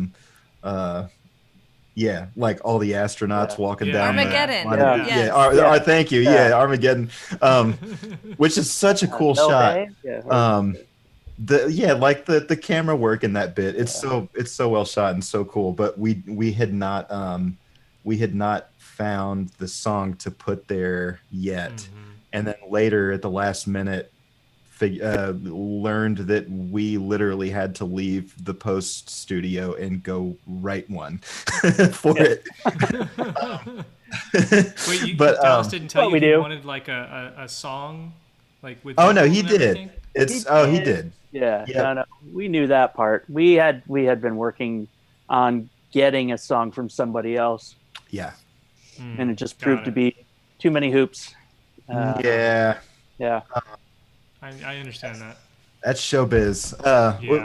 We but in order to we would take like every day that we worked on that final episode, we were sending him like updated versions of other cues in that episode, and we just took a little bit of time every day, and we found a pop song to edit together with the big slow-mo shots at the end of the thing. Yeah. But the first one that we did was I Don't Want to Wait by Paula Cole. And let me tell you, the glory of watching Jesus walk in slow motion to Paula Cole singing I Don't Want to Wait. It is magical. And we did we did Paula Cole, we did like Simple Minds. We did Simple Minds. We did Living on a Prayer. Nice. It's like the moment the drums come in, the moment like the moment Simon hugs Jesus, and it goes into the beat section of the intro of Living on a Prayer. Yep. Yeah. And Dallas just I think he stopped responding at some point because he was so annoyed with what we were doing. Oh, he said, "I'm glad you guys have time to." Yeah, it was. Oh, you guys have time for this? Oh man. Yeah, it was so good because we're like, oh no, we don't have time for this. All right. But all kidding aside, though, that was that really was a good exercise in editing, figuring out natural points to edit a song where the crucial piece of the song that needs to coincide with this moment in the picture, we could line it up and try to edit it in a way that felt natural. And going back to that weird intuition thing about something just feeling right. We're still going to watch that scene with Living in a Prayer now. I know, right? Really now I got to cue it up. Now I want to... And see how it was originally intended. That's what I'm hearing. That's correct. I think I still have... I'll Dropbox you, Brock. Oh, serious? Oh, I'd love to see it. Please do. Oh, that'd be amazing. Dallas isn't watching this, so it's okay. He won't mind. It'll be fine. What could go wrong? I won't put it anywhere. Oh, we just had a new investment come in. Okay, we got dead air. We're gonna wait on that to come in. But hey, you guys, thank you so much for joining. Yeah, Bon Jovi. Bon Jovi could fund this whole thing with the money he makes from selling his toenails. He could get us to 1, 2, 3, 4, 5, 6. He could get us to 1, 2, 3, 4, 5, 6. 7. Yeah. No, but seriously, you guys, thank you so much for coming on here tonight and joining us again. Thank you for the song, Dan, and please tell the guys at Jars that we're so grateful. It's just a really, really special thing. Oh, wait, I have one more question to ask, and then I'll let you go. I keep forgetting to ask. First of all, Joe in Florida, thank you for your $100 partnership. Really, really appreciate that. Thanks, Joe. I noticed that in the cut of the song that we just listened to, that you left out a verse. Yes. So the song is it's in 3 parts, and we were just trying to truncate it a little bit, make it a little shorter for you, so it wasn't the whole thing, But so we left out the middle part, which I know is an important piece. It is. But yeah. But I love the variation. It surprised me. I turned to Erin and she's all, "Are you sure?" I was like, "Erin, I know this song. Trust me." Yeah. there's a piece missing, but it gave it a very different feel. Like it was an interesting change for that reason. So I love that we have this really special variation now. Good. It's so cool. Thank you again. Yeah. All right, we now need $1,123 to reach a total of $123,456, which is 1, 2, 3, 4, 5, 6. To get Brock to sing. I love our moderator. To get me to sing. He's the best. But we won't inflict Dan and Matt with that special performance should it come, and we will let them go. Guys, if you want to jump over to the Facebook live stream, we're about to show a scene from the feature film, a scene, of course, that you have read because you've read the script. But we got a couple of actors to perform it, so that's what we're going to do next. So feel free to join us there and check that out. And if not, then I'll send it to you later. But yeah. Thanks for having us on again, Brock. Yeah, thank you for having us. Bye. Appreciate you. All right, bye. Okay. leaving the meeting and jumping back over to see all of you lovely people. Hello. Yay.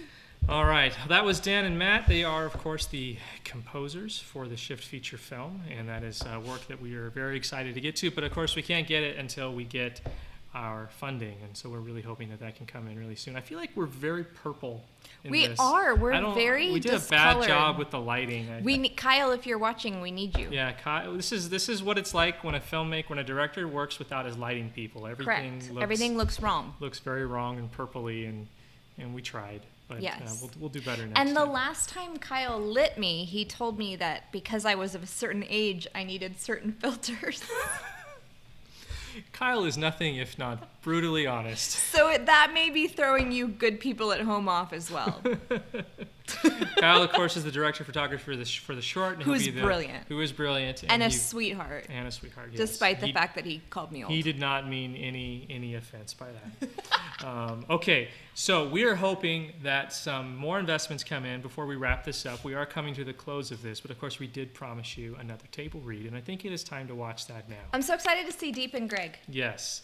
I know Deep, I saw Deep in the chat. I'm not sure if Greg is there, but if you're about to meet Deep, and you'll be able to say like I watched Deep before he got massively big, because he's on the cusp of becoming massively big. He's making some waves in Hollywood. So you'll feel like you're on the inside track here. Yeah. And of course Greg has that potential too, but Deep's like making moves. Deep is he'll tell us about that a little bit.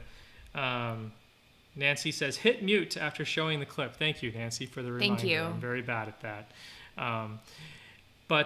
So just to set this up a little bit. So this clip, this table read, I forgot to ask the actors to get some props together. There's a sandwich. A very important sandwich that's part of this scene. And so I had to ask them 5 minutes before we were ready to record. I said, guys, can you get a sandwich? And Greg said, I don't really have a sandwich here, but I'll get something together. So you'll see what Greg got together. And then Deep decided 5 minutes before we were set to record to fully commit and run out the door of his apartment, and I think he lives in an apartment, and go and buy a sandwich at a deli, and he streamed the whole thing. It's pretty funny. So when we start this, we're going to join Deep as he is getting his sandwich and follow him home. We'll see the scene, and then you'll see some stuff after that too. That's pretty good. So that's just to set this up. That's what's happening. We're getting the vital prop for this scene you're about to watch, and it is the sandwich. Thank you so much. I got my sandwich. I'm running. I'll show you beautiful Glendale. Nice Glendale. Oh, you got blue skies. That's good. Yeah. Yeah, it's nice over here. We should have like Rocky theme song. Right? Wait. Let's see if I can help you. Yeah, I did nothing to put you on it. Yeah. People are looking at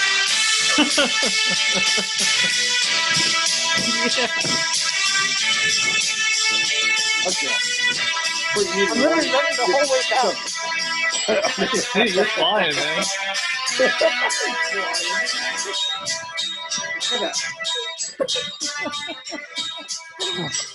I'm tired.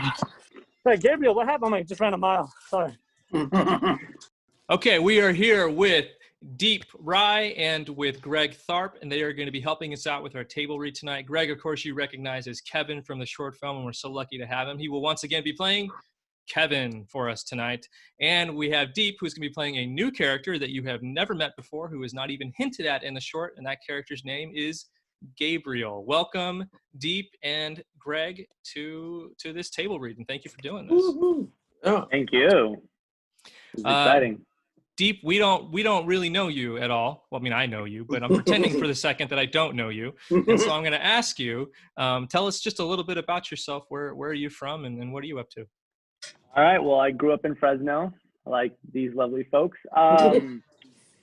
Lived out there a long time. Did a lot of local commercials, student films, all that stuff. And then I slowly transitioned over to LA. Been here 10 years. Been on a handful of shows. I actually just found out I booked a network show filming next week during this whole COVID quarantine situation. Congrats. Yeah. Nice. Congratulations. Yeah, and so that's pretty crazy. And I'm just happy to be here. This is exciting. The short film. Yeah. Coming back home in a way, so to speak. In a way. Yeah. Well, that's great. Well, we're lucky to have you, and we appreciate you doing this. Okay, so just to set up this scene a little bit, what's going to be happening is this is your first peek into what happens to Kevin after he walks out of the diner. You don't know anything that happens beyond that, and so this scene actually does take place quite a bit after that. You're gonna see Kevin in a spot that you haven't seen him in before. And there's going to be some things that you don't necessarily understand what they're talking about, but I think you'll get a general idea of just how much Kevin's story syncs up with Job's story in the Bible. You're going to get your first real look into how that works. So here we go. You guys ready to get into it? Yeah. Yeah. Let's do it. Here we go. Exterior, rough alleyway, evening. Huddled away from the busy street, Kevin chomps down on a small, ugly sandwich. Gabriel looks on with concern. Nearby, a group of boys torment a runty boy behind a dumpster. How you holding up? Fine. Yeah? You being who you are, what you did, I think you get a little bit more support from, you know who. Well, I'm eating this delicious, whatever this is. Oh, yeah, that's right. Your prayer was answered by the bare minimum sandwich god. My mistake. Gabriel is joking around, but Kevin is visibly rattled. His friend is getting close to his deepest fear, but Gabriel can get closer. What do you think you're doing wrong? Wrong? Yeah, I mean, if I had taken out the benefactor the way you did. It wasn't me. It was. Okay, but that's my point. Now you're left here with the rest of us to, starve and beg for work? If it was me, I'd be worried I'd ticked him off somehow. Kevin, suddenly not hungry anymore, lets the sandwich drop from his mouth. Gabriel takes it and bites into it.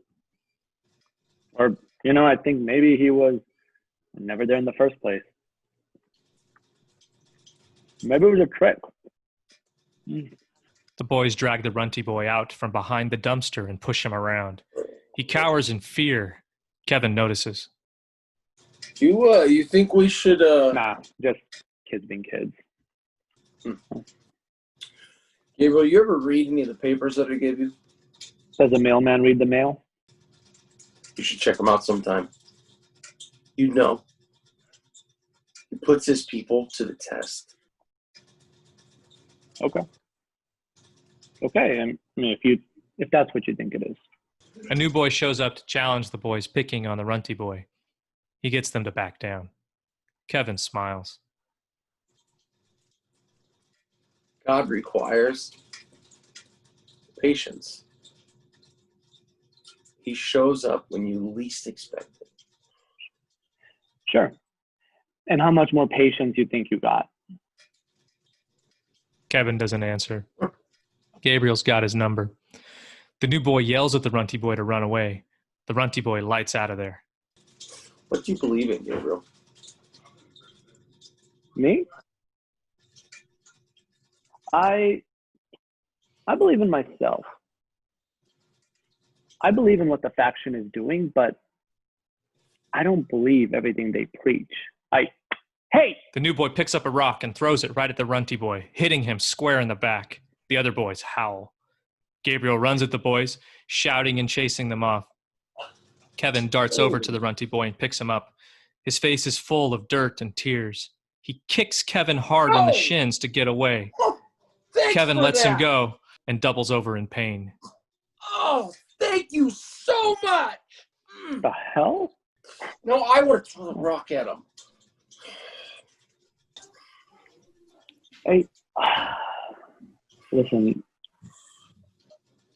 forget everything I said. Okay? You do you. I'm just thinking out loud here, right?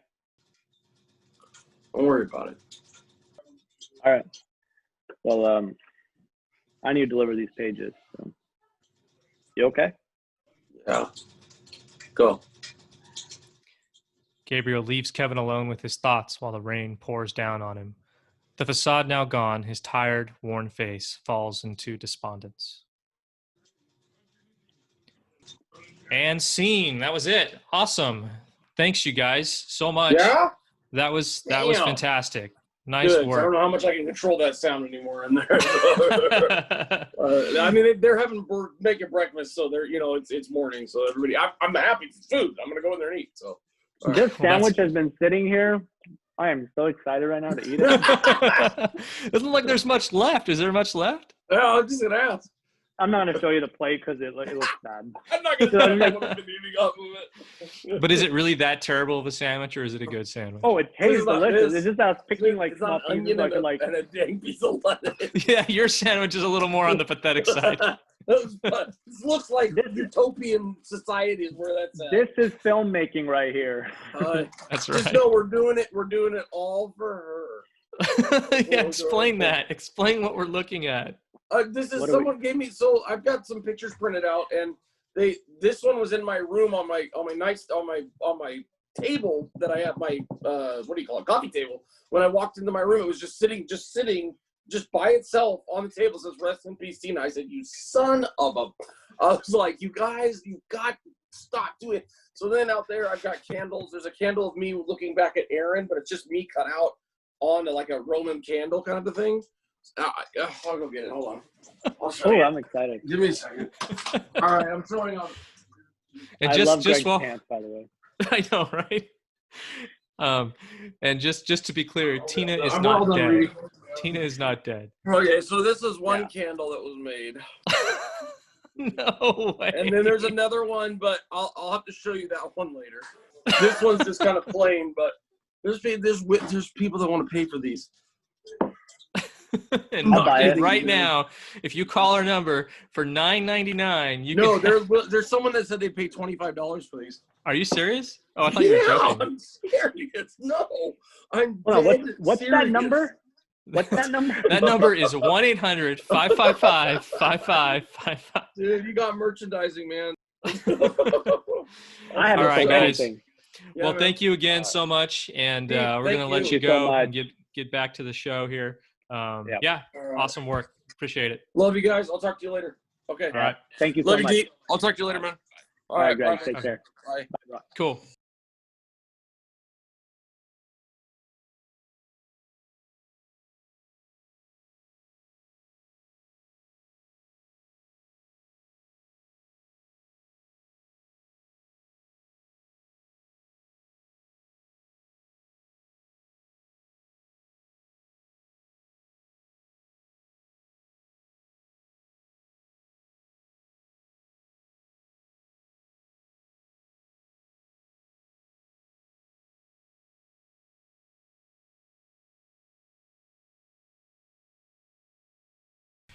And you know it's a shift stream if we're talking for 10 seconds and nobody can hear us. So what I was saying is big thanks to Greg and to Deep for doing that scene for us. That was a lot of fun to do. I am seeing a little bit of confusion. People are like, wait, what? Can you explain? No, I'm not going to explain. You're going to have to watch the scene again and try to pick it apart for clues. That is a scene that occurred after Greg walks out the diner, or Kevin walks out the diner. But there's some clues in there. It's worth listening to again. But I think it's better left unexplained. Yes, and then I was saying how grateful I am to both Linda and Margaret, Linda in Florida and Margaret in Texas, because Linda in Florida invested $1,323, and Margaret invested $1,200 in Texas, which means. But here's the thing: they both came in within seconds of each other, which means the 1, 2, 3, 4, 5, 6. Did it really even happen? Nobody saw it happen. Nobody saw it. Don't claim shifted to get out of singing. It's time, and if I had a kazoo, I'd play with you, but I don't. So sing that jingle. Pony up. I don't have anything prepared. I don't care. Nor am I a singer. Do it. Oh my gosh. Dallas has the pipes. Dallas actually sang backup. Let's talk about that. Let's talk about the time when Dallas sang backup, and maybe we can keep this going for 10 minutes. I'm very interested in you, and I'm sure you're an excellent director, but you're not the topic tonight. All right. Sing it.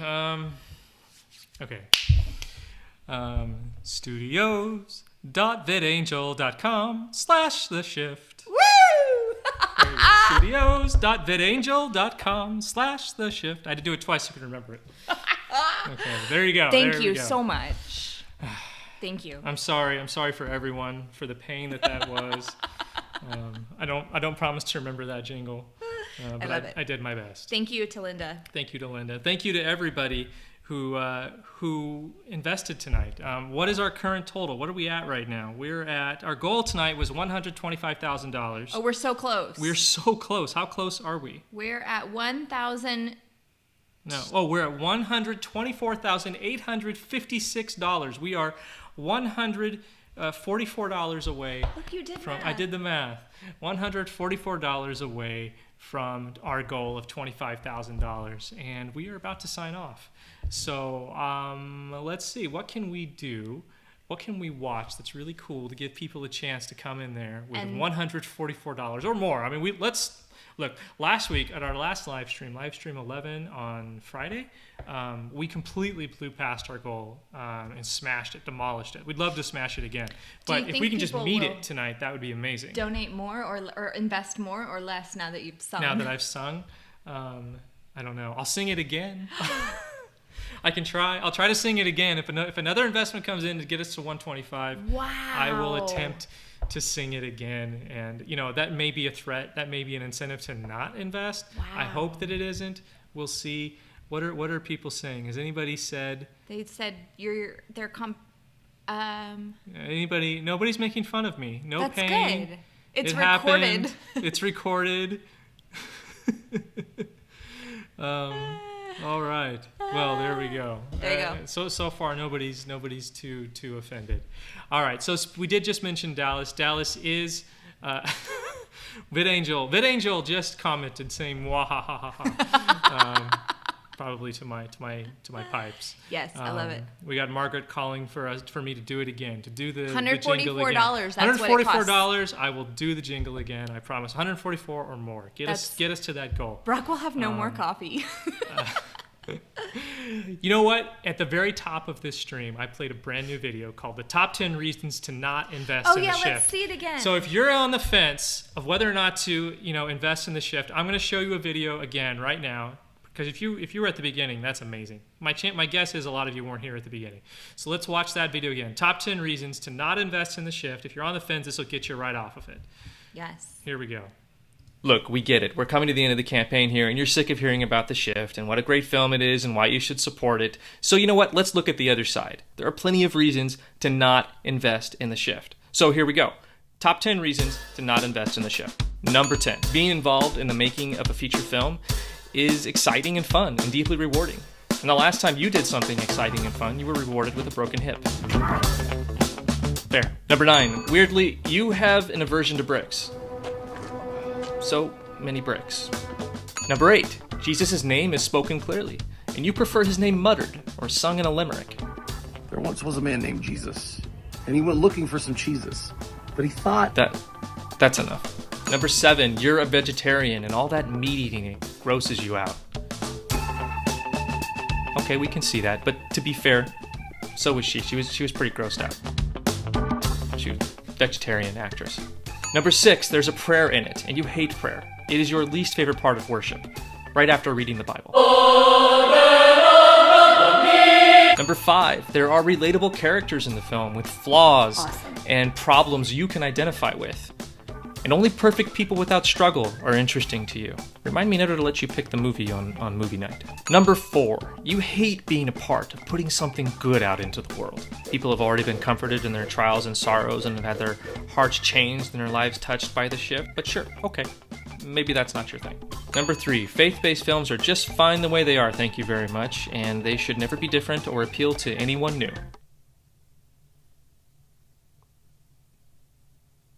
Number 2, you hate money. There's a potential return on your investment here, and, money is coarse and rough and irritating, and it gets everywhere. No, wait, that's sand. And finally, number 1, the Shift portrays Satan as bad, and you don't like that message. What, did he buy you lunch or something once? What? Just have a coffee, please. Are you sure it's my treat? Coffee's fine. Kevin will have a coffee. So there you are. Those are your top 10 reasons to not invest in the Shift. Now, if you would disagree with those reasons and you'd like to join us, you can do that right now at studios.vidangel.com/theshift. We hope you'll join us. And if you don't, I don't know, was it the meeting? Was that the one? I don't know. Hey, this is Brock. I hope you'll partner with us by backing the project at studios.vidangel.com/theshift. We only have until September 30th to get our full funding, and we can't do it without you.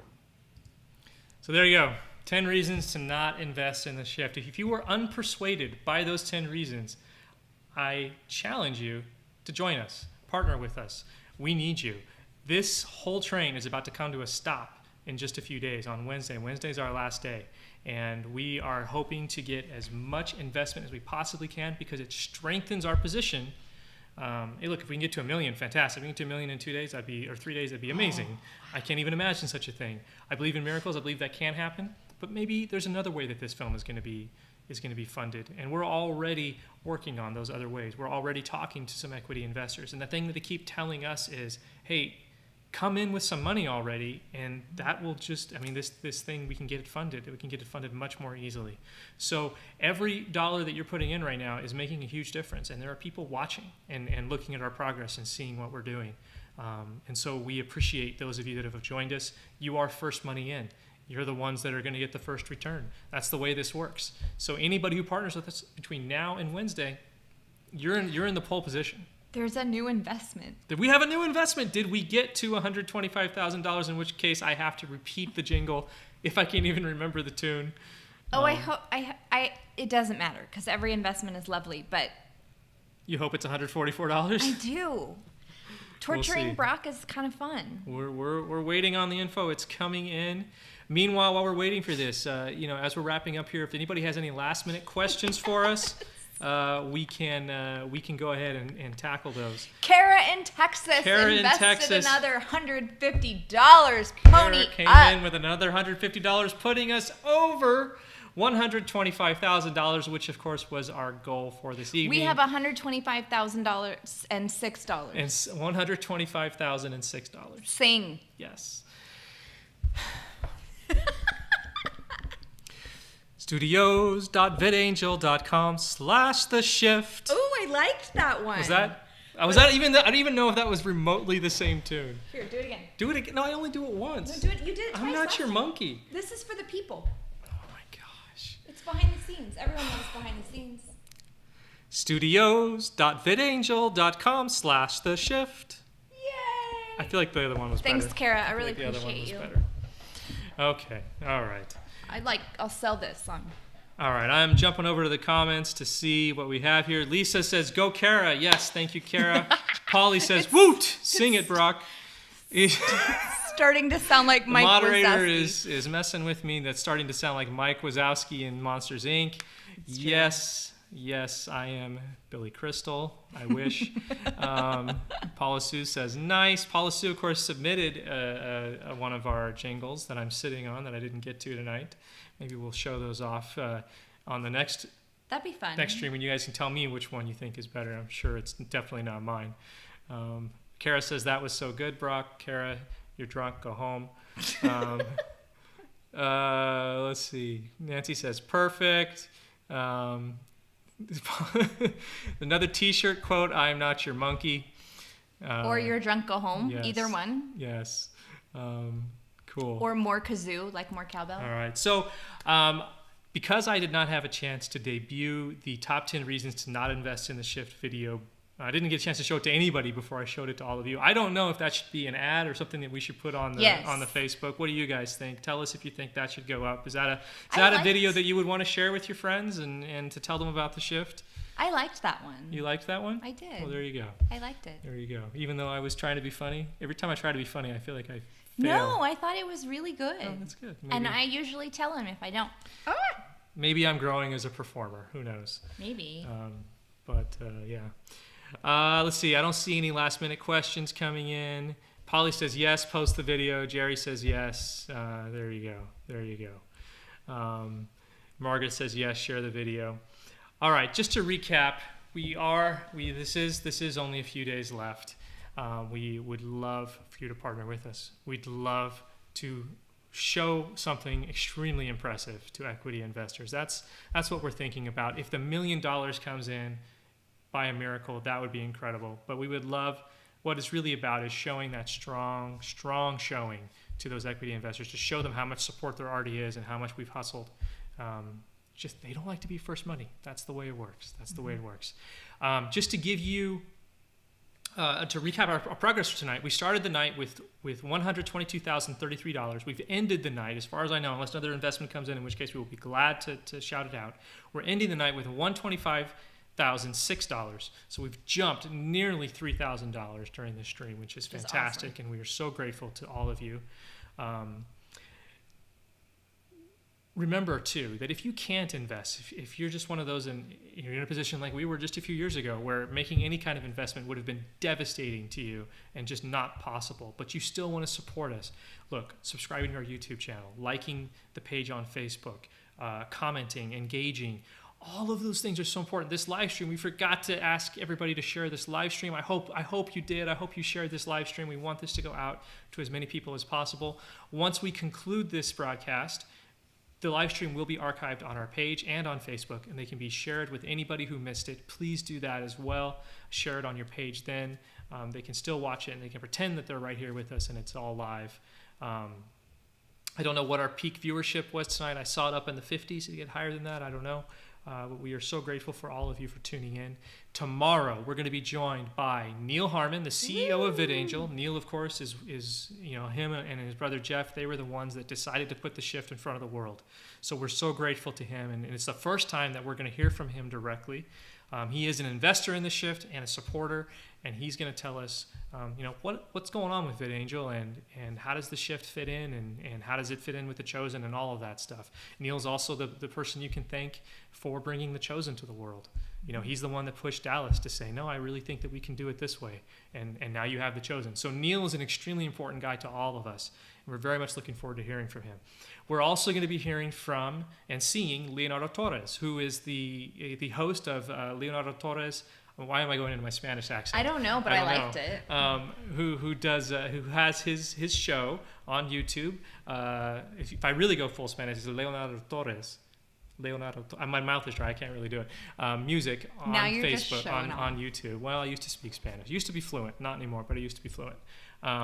He's going to be joining us. He watched the shift live on his show, and he's going to share with us more of his thoughts and his perspective as a non-Christian on the shift. I've been maintaining from the very beginning that the shift has an appeal to people who don't necessarily share our faith. And that's really important to me. Not because I want to make a film for the secular world. I actually want to make a faith film that can appeal to people in the secular world. I don't think that that's something that's done a lot. I think it's a challenge. I think we're meeting that challenge. And that's certainly part of the ambition. So I'm very interested in his perspective and hearing more from him. Look forward to that. On Wednesday, we're going to be doing a mega live stream starting at 4 p.m. Pacific. Tuesday is 5:30 p.m. Pacific. Wednesday is 4 p.m. Pacific is where we're going to be starting doing a mega live stream all the way to 9 p.m. Pacific, which is midnight Eastern. At some point during that course of that broadcast, we're going to be welcoming Dallas Jenkins, who is the executive producer of The Shift feature film, and of course is the creator of The Chosen.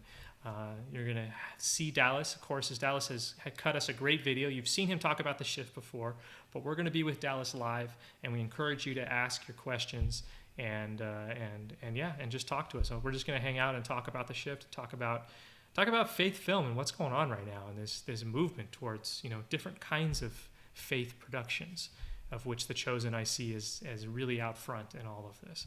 So I'm very anxious to talk to Dallas and pick his brain. I'm going to try to not overwhelm him with too many of my questions. I hope that you'll submit yours as well. That's it. That's all I got for tonight. Do you have anything else that you want to say? My mouth is totally dry at this point. I forgot to get a cup of water. You're hungry. I am too. What are we going to have for dinner? I don't know. Let's not discuss it on live.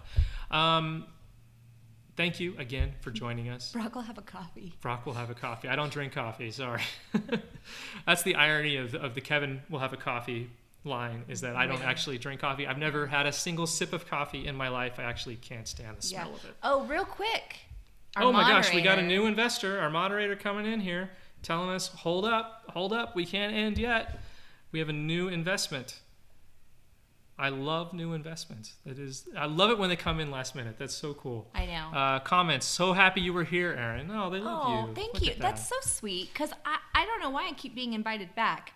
But I think it's so sweet that I am and that you all enjoy that. Thank you. We have an early question for Dallas from Noah. When will he be ready for his interview against the Tide Media? Maybe you take that one up with Dallas yourself, Noah.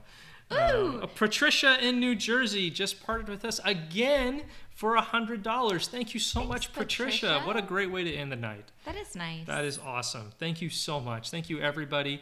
We so enjoy spending this time with you. We only have 2 more of these live streams, and then we're done. And what happens after that? I don't know. It depends on what happens at the end of that. So we're hoping to see those investments come in. We're looking forward to sharing that news with you and sharing that time with you. And we will see you again soon. Yeah. Yep. Bye. Oh, wait. No, let's look at next time. Here's next time. That's way more entertaining than seeing the same old screen again.